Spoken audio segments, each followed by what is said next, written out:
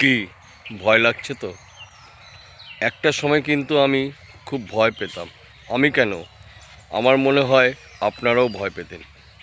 বাঁশবাগানের ভিতর দিয়ে এই যে রাস্তাটি চলে গেছে, আজকে আমি এই বাঁশবাগানের ভিতর দিয়ে যে রাস্তাটি, সেই বাঁশবাগানের ভিতরের রাস্তা দিয়ে যাব। চলুন। শুনেছি বাঁশবাগানে ভূত।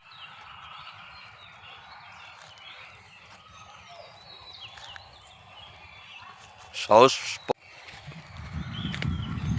হঠাৎ যেন একটা শব্দ পেলাম, তাই তাড়াতাড়ি ভিতরে ঢুকে গেছি বাঁশবাগানের ভিতরে। দেখুন রাস্তাটি, চারিদিকে বাঁশবাগান, বাঁশের ঝোপ। চলুন যত তাড়াতাড়ি সম্ভব এখান থেকে বেরিয়ে যাব। ভিতর দিয়ে এসে সামনে কতগুলো বাড়ি দেখছি।